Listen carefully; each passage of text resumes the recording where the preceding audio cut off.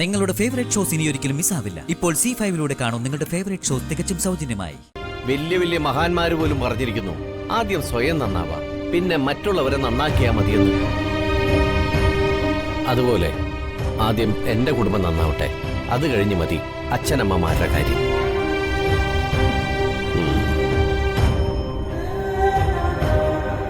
ഇയാൾ ഒരു കാലത്ത് നന്നാവില്ല. പ്രസവ സുരക്ഷാമൊരു ഏർപ്പാടൊക്കെ ഉണ്ട്. അതിന് ചുരുങ്ങിയത് 1 വർഷമെങ്കിലും വേണം. അത്രയും കാലം ചെലവല്ല എങ്ങനെ നടക്കും ഹരിതേ? അതിനെ കുറിച്ചൊന്നും എനിക്കറിയില്ല. നാട്ടു നടപ്പനുസരിച്ച് കെട്ടിയവനാണ് ചെലവ് നടത്തുന്നതെന്ന് എനിക്കറിയാം.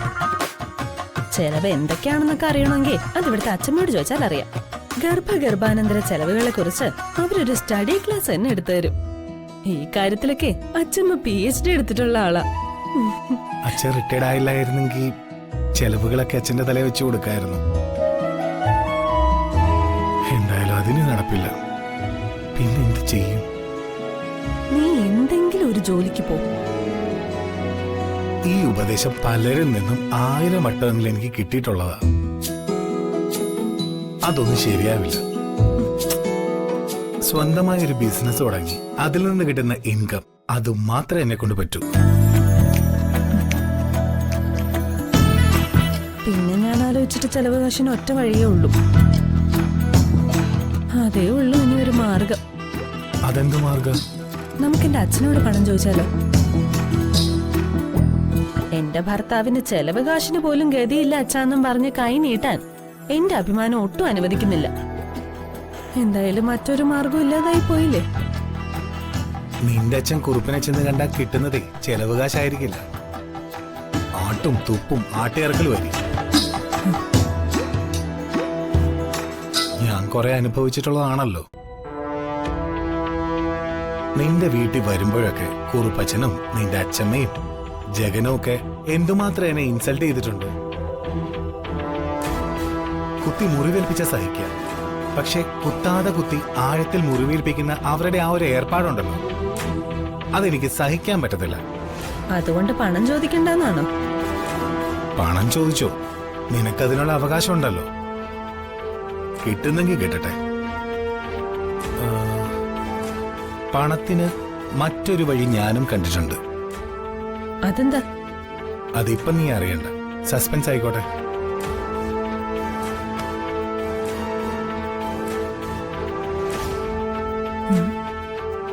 എന്ത് വഴിയായിരിക്കും? വല്ല മണ്ടത്തരമായിരിക്കും. അല്ലാതെ ഈ പൊട്ടന് എന്തോന്ന് വഴി? അവന്റെ ഒരു സസ്പെൻസ്.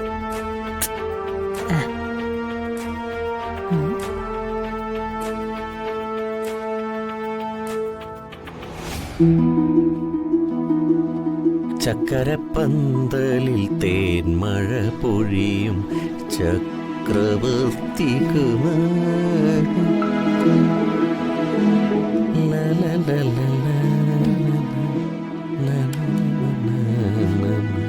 ഇതെന്തു പറ്റി?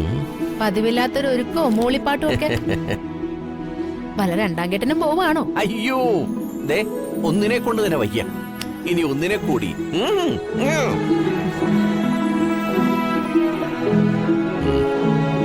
ഈ ജന്മം എനിക്ക് നിന്നെ മാത്രം മതി.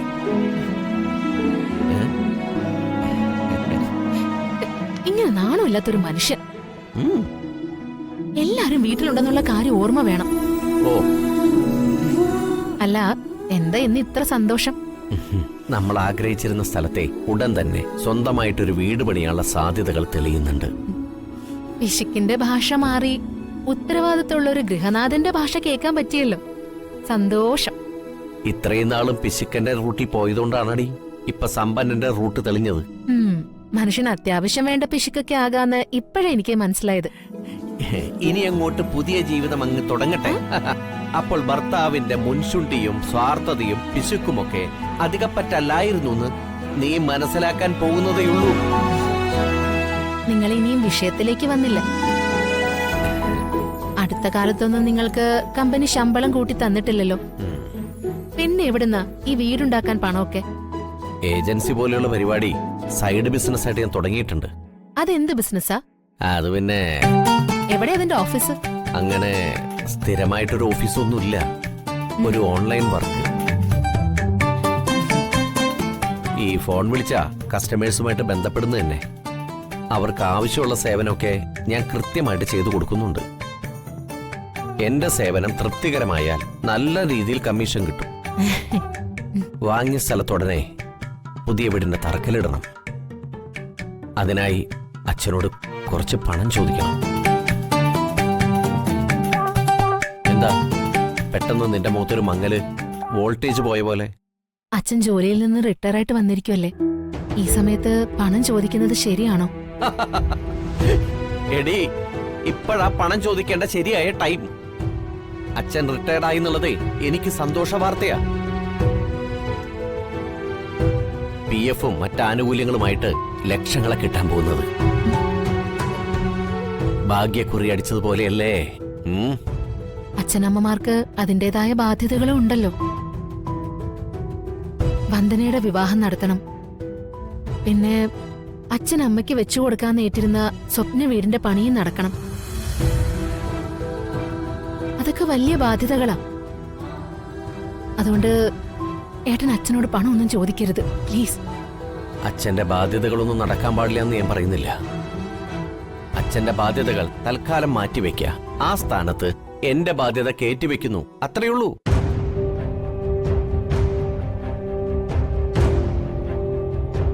അപ്പോഴേക്കും നിന്റെ കണ്ണുകളൊക്കെ നിറഞ്ഞോ? അച്ഛനമ്മമാരെ സഹായിച്ചില്ലെങ്കിലും അവരെ തീറ്റിക്കരുത്. പണം ചോദിച്ച് അവരെ ബുദ്ധിമുട്ടിക്കുന്നത് മഹാപാപമാണ് പ്രകാശേട്ട. എടി മണ്ടി, അച്ഛന്റെ പണം ചോദിക്കുന്നത് അച്ഛനെ ചതിക്കാനല്ല. തൽക്കാലം ഒന്ന് മറിക്കാൻ കിട്ടിയാ മതി, തിരിച്ചു കൊടുത്തേക്കാം. വലിയ വലിയ മഹാന്മാര് പോലും പറഞ്ഞിരിക്കുന്നു, ആദ്യം സ്വയം നന്നാവാ, പിന്നെ മറ്റുള്ളവരെ നന്നാക്കിയാ മതിയെന്ന്. അതുപോലെ ആദ്യം എന്റെ കുടുംബം നന്നാവട്ടെ, അത് കഴിഞ്ഞ് മതി അച്ഛനമ്മമാരുടെ കാര്യം.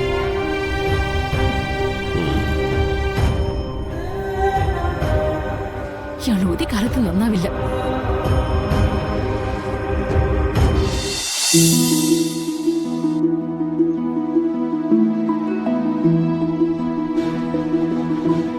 എല്ലാവരെയും എനിക്കൊരു സന്തോഷ വാർത്ത അറിയിക്കാനുണ്ട്. അച്ഛന് പറയാൻ സന്തോഷ വാർത്ത ഉണ്ടല്ലോ, ആശ്വാസം. എന്താ കേക്കട്ടെ? ശുഭമുഹൂർത്തം നോക്കി ഞാൻ നിർമ്മിക്കാൻ പോകുന്ന വീടിന്റെ തറക്കല്ലിടാൻ പോവാണ്.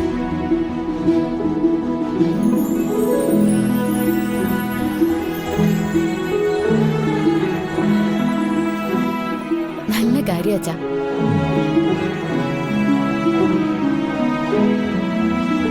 പുതിയ വീടിന് അടിസ്ഥാനം ഇടുന്നതോടെ എല്ലാ കാര്യത്തിനും പുതിയൊരു തുടക്കം ഉണ്ടാവും. ഡൗൺലോഡ് ചെയ്യൂ C5 ആപ്പ്. കാണൂ എല്ലാ എപ്പിസോഡുകളും സൗജന്യമായി.